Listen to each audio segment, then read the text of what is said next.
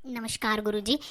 गुरुजी, जितनी मैं आपकी ज्ञानवर्धक बातें सुन रहा हूँ यहाँ पर, या जितने हम यहाँ पर कानूनी मसलों की चर्चा करते जा रहे हैं, उतना ही मैं और दृढ़ निश्चयी होता जा रहा हूँ कि या तो मैं एक अच्छा पीएलबी बनूँ, अच्छा remand council, legal aid council, या फिर एक पब्लिक प्रोसिक्यूटर, या एक अच्छा जज बनूँ। हम्म। पर चतुर, यहाँ पर ये प्रश्न उठता है कि तुम जज बनना क्यों चाहते हो। गुरुजी, यहाँ पर ये कह सकता हूँ कि मैं जो है क्राइम को ख़त्म करना चाहता हूँ, इसलिए मैं जज बनना चाहता हूँ। अरे भाई वाह चतुर, देखो तुम्हारा प्रयोजन तो बहुत ही अच्छा है और निश्चय ही ये सार्थक होगा। हम्म। पर मैं तुम्हें थोड़ा सा यहाँ पर गाइड कर दूं। देखो, जब शुरुआत में कोई भी जज बनता है तो वो सिविल जज बनता है। अगर तुम भी जज बनोगे तो सिविल जज ही बनोगे, मैजिस्ट्रेट नहीं। मैजिस्ट्रेट जो है, स्टेट गवर्नमेंट अपनी रिक्वायरमेंट पे ऑनरेबल हाई कोर्ट के साथ कंसल्टेशन के बाद section 11 sub section 3 of CrPC की पावर के तहत ही किसी को जेएमसी सेकंड क्लास लगा सकती है। और फिर उसके बाद ऑटोमेटिकली जैसे ही 6 मंथ्स की जो है ट्रेनिंग पूरी होती है, वैसे ही जेएमसी फर्स्ट क्लास आप बन जाते हैं। अब जिसको हम जेएमआईसी भी बोल देते हैं।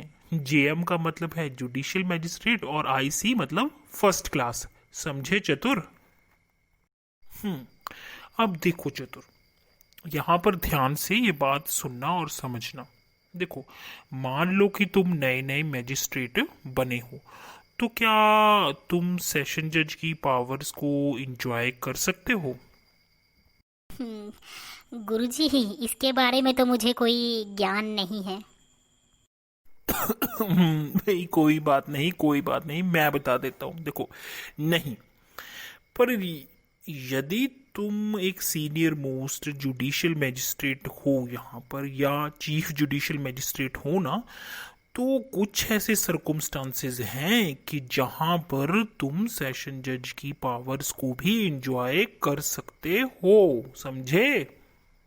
गुरुजी, कृपया करके उन सिचुएशन और सर्कुमस्टांसिस के बारे में बताइए ना, जिनके अधीन की कोई भी जो सीनियर मोस्ट जुडिशियल मैजिस्ट्रेट है या सीजेएम है, वो सेशन जज की पावर्स को एंजॉय कर सकता है।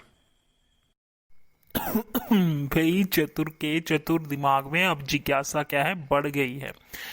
भाई सुनो चतुर, ध्यान से सुनना। मान लो कि किसी सेशन डिवीजन में ना तो कोई सेशन जज है, ना असिस्टेंट सेशन जज, ना एडीजे, और इन तीनों की जो सीट्स हैं वो वेकेंट हैं। अब यहाँ पे ध्यान देना, मैंने कहा वेकेंट हैं। तो फिर हाई कोर्ट अरेंजमेंट कर सकती है अर्जेंट एप्लीकेशन को डील करने के लिए। समझे। अरे वाह गुरुजी, इसका अर्थ फिर ये हुआ कि ये जो सिचुएशन है, इसमें कोई भी सीनियर मोस्ट जुडिशियल मैजिस्ट्रेट या फिर सीजेएम जो है, वो किसी सेशन जज की पावर को एंजॉय कर सकता है। ठीक है ना गुरुजी? अरे भाई वाह चतुर। अच्छा, अब चतुर ये बताओ कि क्या कोई सेशन जज भी ऐसा कर सकते हैं। जी गुरुजी, जहाँ तक मुझे ज्ञात है और ज्ञान है, सेक्शन 10 और सब सेक्शन 3 ऑफ सीआरपीसी के अंतर्गत अगर कोई सेशन जज दशहरा हॉलीडेज पे चले गए हैं और एडीजे भी, असिस्टेंट सेशन जज भी छुट्टी पे हैं, मेडिकल लीव पे हैं, या किसी अन्य सरकुमस्टांसिस के कारण वो छुट्टी पे हैं और पूरा जो डिवीजन है वो खाली है, तो फिर ऐसी स्थिति में जो सेशन जज भी है ना, वो ऑनरेबल हाई कोर्ट की तरह ही, लेकिन वैकेंसी में नहीं बल्कि एब्सेंस और इनएबिलिटी की स्थिति में 10 की जो 3 की पावर के अधीन ना ऐसा कर सकते हैं। अरे भाई वाह चतुर, बहुत अच्छे। भाई मजा आ गया। अच्छा चतुर, अब ये बताओ कि क्या जो सीनियर मोस्ट जुडिशियल मैजिस्ट्रेट हैं, जिन्हें कि हम सीजेएम भी बोलते हैं, क्या वे भी अपीलेट पावर का यूज कर सकते हैं, मतलब अपील की पावर का यूज कर सकते हैं। बोलो।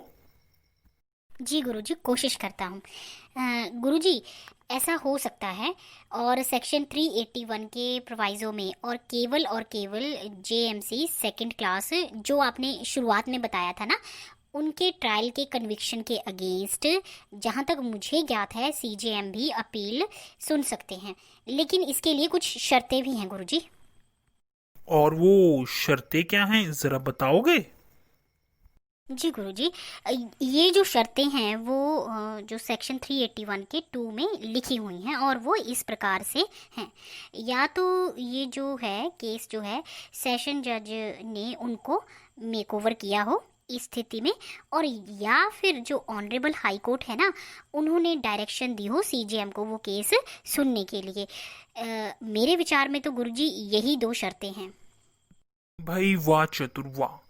अच्छा, अब क्या यह भी सही है कि एक जो एडिशनल चीफ जुडिशियल मैजिस्ट्रेट है वो सारी पावर्स इंजॉय करता है जो एक सीजीएम करता है?